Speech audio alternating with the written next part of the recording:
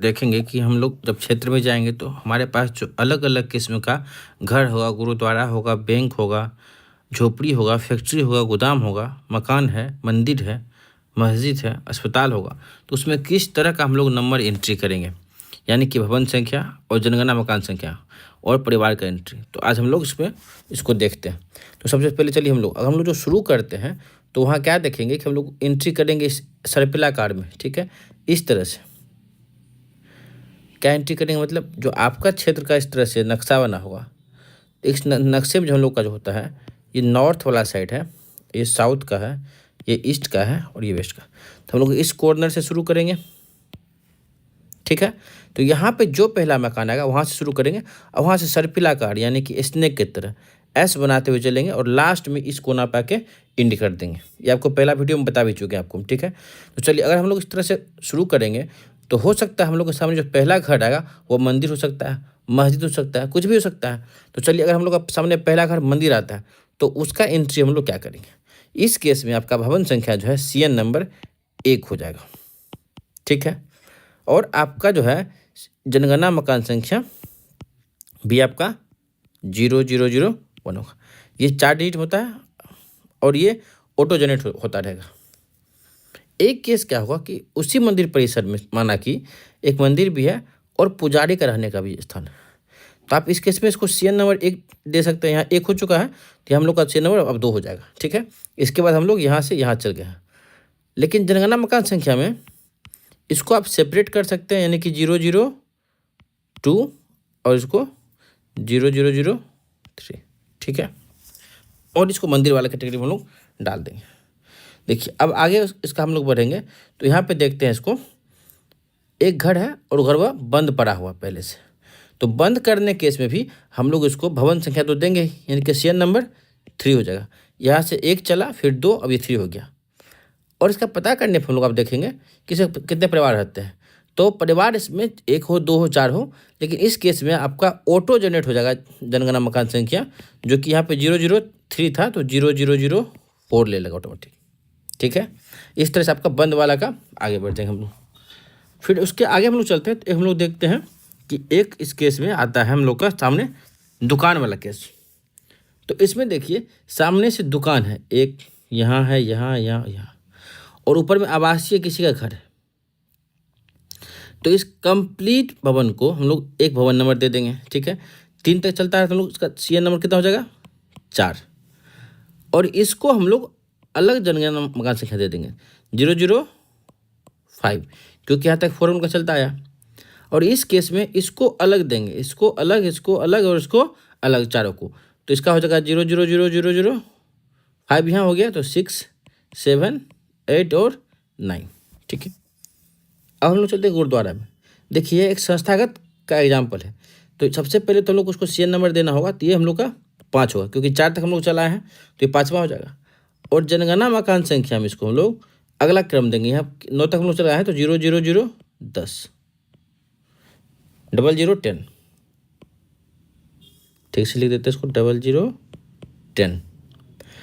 और इसका बाकी इसमें जो व्यक्ति रह भी रहा है तो ऑटोमेटिक इसका स्ट्रक्चर 999 में चल जाएगा, यानी कि संस्थागत परिवार में जो इसमें परिसर में रह भी सकता है आदमी, क्योंकि गुरुद्वारा में तो हमेशा खाना बनता है और आदमी रहता है उसमें, तो पुजारी लोग रहते हैं। तो इस तरह से हम लोग जो है उसको जब संस्थागत डालेंगे, 999 डालेंगे तो उसमें ऑटोमेटिक उसका ले लेगा, ठीक है। फिर अगला केस हम लोग के सामने बैंक आता है। तो बैंक को भी हम लोग कंप्लीट भवन नंबर देना होगा, और जिसको हम लोग भवन नंबर 5 तक चलाए तो हम लोग उसको 6ठा भवन नंबर दे देंगे, ठीक है। और इस केस में आप जनगणना मकान संख्या 1 बढ़ा के लिख देंगे 0011, ठीक है। चलिए अगला केस देखिए। हम लोग सामने देखिए यहाँ पे एक मकान है, दुकान है और इसका सेपरेट गेट भी है, जैसा ये केस था। तो इस केस में कभी कभी क्या होता है, आदमी गौर से समझेंगे इस बात को। यहाँ से सेपरेट जाने का घर है तो ये कंप्लीट भी अपने आप में एक CN नंबर 6 तक थे, 7 आ गया। और इस दुकान को हम लोग CN नंबर 8 दे देंगे, सॉरी CN नंबर नहीं, जनगणना मकान संख्या।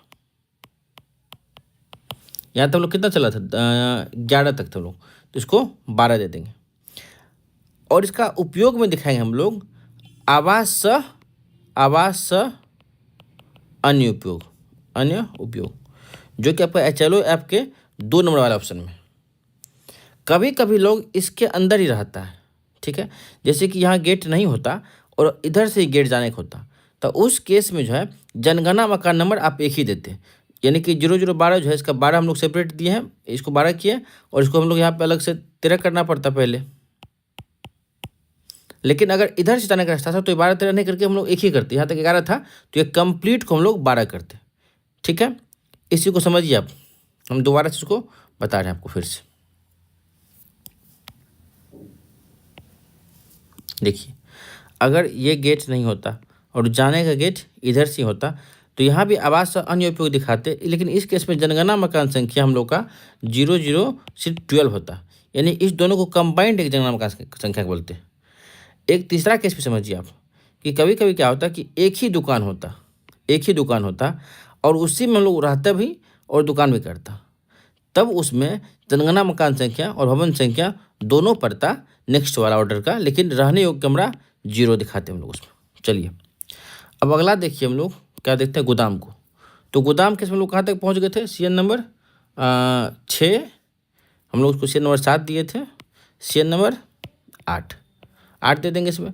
और जनगणना मकान संख्या जो हम लोग का है, जनगणना मकान संख्या ये 11 था इसमें, इस केस में यहाँ पे 12 था, यहाँ पे 13 था, तो यहाँ पे 00 14 हो जाएगा।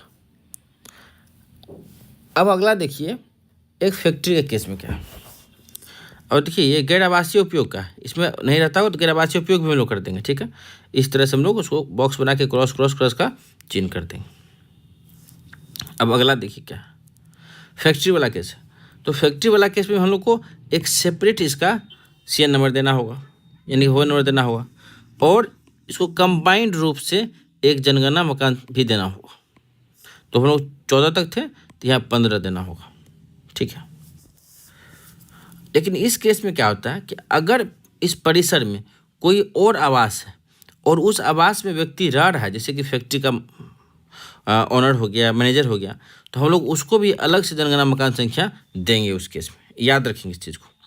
फिर हम लोग का पंप आ गया, तो पंप को पूरा मिला के, जैसे पंप ये पूरा है और साथ में इसका पीछे से इसका ऑफिस है और चाहे कोई घर भी हो, तो सब मिला के हम लोग एक इसका भवन देंगे सीएन नंबर 10, इसको जनगणना संख्या नेक्स्ट दे देंगे हम लोग, तो 0016। इसी तरह से अस्पताल को हम लोग कंप्लीट रूप से एक देंगे सीएन नंबर 11 और जनगणना मकान संख्या एक देंगे इसको 0017। चलिए अब आगे देखिए, एक इस केस में क्या हो सकता है कि ये परिवार का देखिए क्या है कि एक परिवार ऊपर रह रहा है जो सेपरेट है, अलग चूल्हा खाना बन रहा है और उसका खाना अलग बन रहा है, लेकिन ये भवन एक ही है। तो इस केस में सीएन नंबर आपका जो है हम लोग का यहाँ पर 11 था, तो सीएन नंबर यहाँ 12 हो जाएगा, लेकिन जनगणना मकान संख्या ये अलग होगा, यानी कि जनगणना मकान संख्या जो है हम लोग यहाँ पे दे देंगे 17 था तो यहाँ 18 दे देंगे, इसको जनगणना मकान संख्या इसको 19 दे देंगे, और इसमें 2 परिवार हो गया। इस केस में देखिए क्या है कि एक परिवार है, इस केस में एक परिवार है और एक घर के अंदर ही रह रहा है सब, लेकिन खाना अलग बन रहा है। तो आप जानते हैं परिवारों का वितरण जो है चूल्हों से होगा ना। तो इस केस में ये भवन पूरा कंप्लीट एक है, यानी सीएन नंबर इसका हम लोग जब देना होगा सीएन नंबर, तो हम लोग 12 था तो इसको 13 देंगे, ये पूरा को 13 देंगे, ठीक है।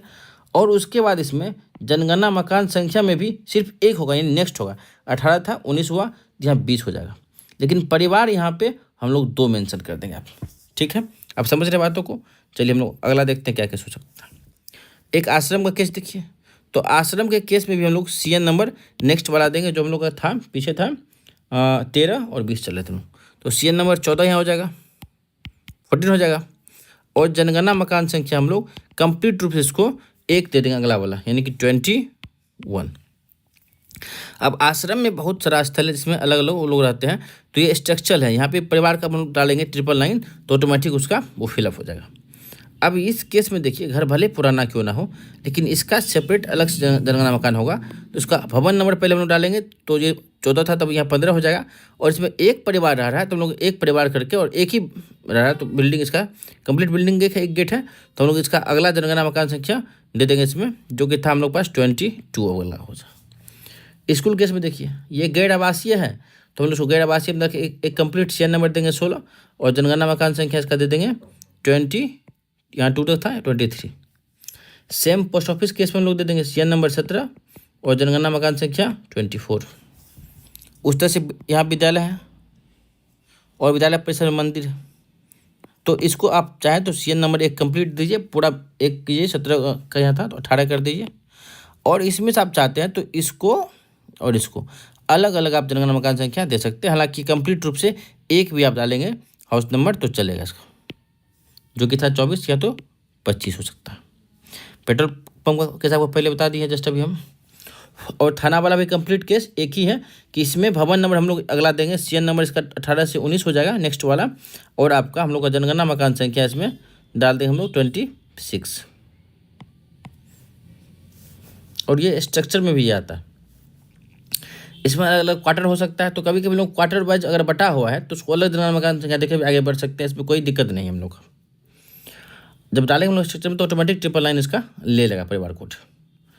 अब अगला देखिए, इस तरह से ये घर है और इस घर में जाने का 2 अलग अलग रास्ता है, ठीक है। नीचे वाला रास्ते से ऊपर जाता है और इसमें 2 परिवार रहता है, नीचे में सिंगल परिवार रहता है। तो जब 2 परिवार यहाँ रहेगा सिंगल परिवार, तो इसका इस केस में सीएन नंबर तो घर तो एक ही है ना, बिल्डिंग ही कंप्लीट है। तो हम लोग यहाँ पे 25 थे, 18 19, तो यहाँ 20 हम लोग दे देंगे, यानी भवन नंबर कंप्लीट 1 20 पड़ेगा। लेकिन इस केस में जनगणना हाउसिंग नंबर इसका अलग हो जाएगा, एक यहाँ डाल देंगे हम लोग, यानी कि 27 28 और 28 में 2 परिवार आ रहा है समझ में। 27 में 1 परिवार, 28 में 2 परिवार, क्योंकि नीचे 1 परिवार आ रहा है ऊपर 2 परिवार आ रहा है। लेकिन ये कंप्लीट रूप से भवन तो एक ही है, तो भवन नंबर सिर्फ यहाँ पे 21 हो जाएगा, 20 हो जाएगा, 29 19 यहाँ था तो यहाँ पे 20 हो जाएगा। अब अगला केस देखिए, इस केस में क्या हम लोग का सीएन नंबर क्या हो जाएगा, यहाँ हम लोग 20 थे तो यहाँ 21 हो जाएगा, क्योंकि 1 परिवार है और जनगणना मकान संख्या भी यहाँ पे एक ही है। तो इसका हम लोग अगला वाला 26 27 28, तो यहाँ पे 29 डाल देंगे और परिवार में भी इसमें 1 ही डाल देंगे।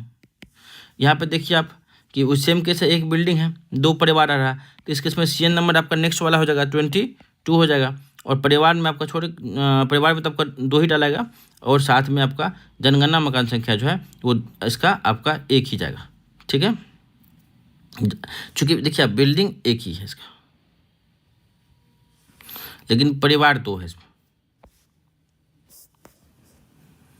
और इस केस में चाहें तो आप अगर सेपरेट है, ये अंदर से सब कुछ खाना पीना बनाना सेपरेट है, तो हम लोग चूँकि इसको रास्ता अलग से मिला हुआ है बाहर जाने का, तो हम लोग जनगणना मकान संख्या दोनों को अलग अलग दे सकते हैं। हम लोग को अलग अलग ही देना चाहिए, वो ज़्यादा बेटर होगा हम लोग के लिए। चलिए अब अगला क्वेश्चन देखिए क्या इसमें। हाँ, अब क्या प्रॉब्लम हम लोग हो सकता है फील्ड में कि अगर हम लोग जाएंगे तो ये वाला देखिए बिल्डिंग, ये एक लॉज है, ठीक है, विद्यार्थी लॉज है, या फिर एक हॉस्टल होगा चल रहा होगा, या फिर एक होटल चल रहा होगा। इस केस में ये ऊपर वाला सब रूम है, ठीक है, और नीचे में ये 4 ऑफिस बना हुआ, तो ये 4 ऑफिस है, ठीक है। तो हम लोग हर ऑफिस में मान लीजिए यहाँ पे एक मैनेजर का रूम है, एक क्लर्क का रूम रहता है, उसमें रहता भी है और बाकी काम इसमें हो रहा है इसको सपोर्ट करने के लिए। तो इसको हम लोग अलग अलग नंबर देंगे, ठीक है। ये कंप्लीट रूप से भवन तो एक ही हो जाएगा, भवन हम लोग चल रहा था 23, लेकिन जनगणना मकान संख्या इसका अलग देंगे। जो अपने पास था चल रहा था 29 29 30 31, ये हो जाएगा आपका 32 33 34 35। और यहाँ से यहाँ तक जिसमें हॉस्टल में सारे लोग रहते हैं या होटल है तो सारे गेस्ट रहते हैं इसमें, तो इसको कंप्लीट रूप से 1 दे देंगे। तो यहाँ पे 32 33 34 35 है, तो इसको 36, तो ये सब मिला के 36 हाउस नंबर, यानी जनगणना मकान संख्या ये 36 है, लेकिन आपका भवन संख्या यानी कि सीएन नंबर 1 ही 23 होगा इसमें।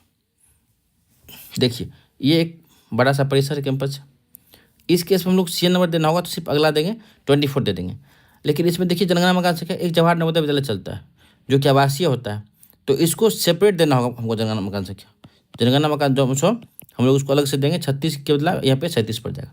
और एक स्कूल आपका देखिए ये प्राइमरी स्कूल है, प्राथमिक स्कूल है, और एक मंदिर है, तो हम लोग मंदिर को अलग से 38 नंबर कर देंगे, इसको 39 नंबर कर देंगे, यानी कि जनगणना मकान संख्या में, और आगे बढ़ जाएंगे। और ये दोनों गैर आवासीय में चल जाएगा।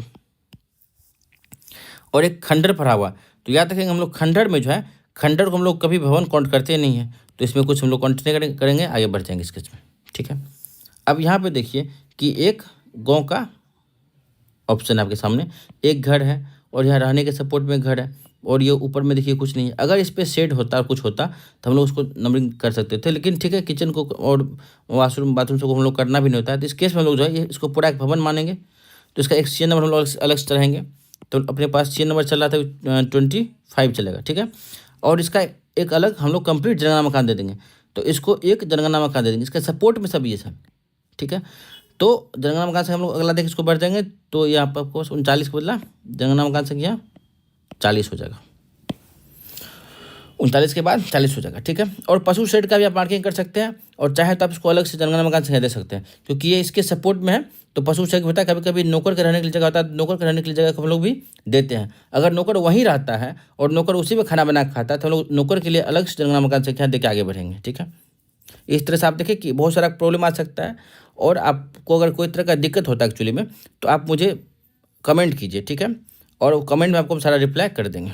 देखिए, एक क्वेश्चन हो सकता है, बेघर का भी जनगणना क्या करेंगे। तो देखिए, बेघर वाला का जनगणना नहीं होगा अभी चलो वाला लिस्टिंग में, हाउस लिस्टिंग में, लेकिन जब हम लोग का 2027 में अलग से जनसंख्या जनगणना चलेगा, तो उस वाले में हम लोग बेघर वाले का एंट्री करेंगे। तो अगर आपको ये पसंद आया हो वीडियो, तो चैनल को सब्सक्राइब कर दीजिएगा, और कोई क्वेश्चन करना हो तो आप कमेंट कीजिए, हम उधर आपको रिप्लाई कर देंगे। और वीडियो को लाइक कीजिए, और अपने दोस्तों के बीच में शेयर कर दीजिए थोड़ा सा, ताकि शिक्षकगण इसको अधिक से अधिक देख के लाभान्वित हो सके। Thank you so much.